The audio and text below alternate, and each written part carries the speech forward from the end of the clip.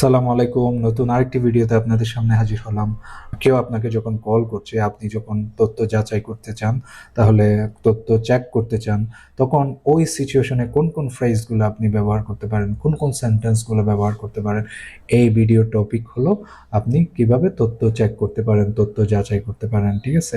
এক নাম্বার যে সেন্টেন্সটা, let me check that for you. কেউ আপনাকে কল দিয়েছে যে আহ, আহ, আহ, যে ও আছে কিনা, বা এই ফাইলটা আছে কিনা, বা এই অবস্থা। সো কোনো কিছু সে কোয়েরি করছে, সো আপনি বলতে পারেন let me check that for you.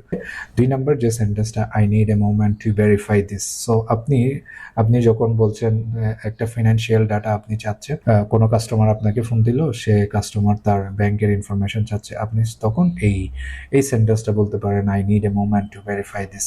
তিন নাম্বার যে সেন্টেন্সটা, please stay on the line while I look into ইট।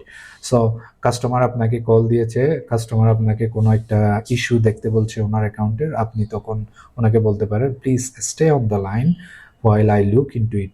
আপনি একটু লাইনে থাকুন, এই সময়ের মধ্যে আমি এটা দেখে নিচ্ছি, আমাকে একটু দেখার সময় দিন এবং লাইনে থাকুন। চার নাম্বার যে সেন্টেন্সটা, I'm reviewing your details now. আপনি কাস্টমার যখন আপনাকে কল দিয়েছে, আপনি ওনাকে হোল্ড করেছেন এবং হোল্ড করাচ্ছেন এবং বলছেন, I'm reviewing your details now, আমি এখন আপনার তথ্যগুলো দেখছি। পাঁচ নাম্বার যে সেন্টেন্সটা হলো, thanks for waiting, I have the information. অপেক্ষা করার জন্য আপনাকে ধন্যবাদ, আমার কাছে আপনার তথ্যটা আমি পেয়েছি, বা আমার কাছে আপনার তথ্যটা আছে, বা আমার কাছে তথ্যটা আছে।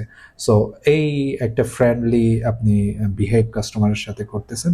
আরও ইজি ডেইলি ইংলিশ যদি আপনারা শিখতে চান, ইউ হ্যাভ টু ফলো স্পিকিংলি.online। নেক্সট ভিডিওতে দেখা হবে ইনশাআল্লাহ। সে পর্যন্ত ভালো থাকুন। আসসালামু আলাইকুম।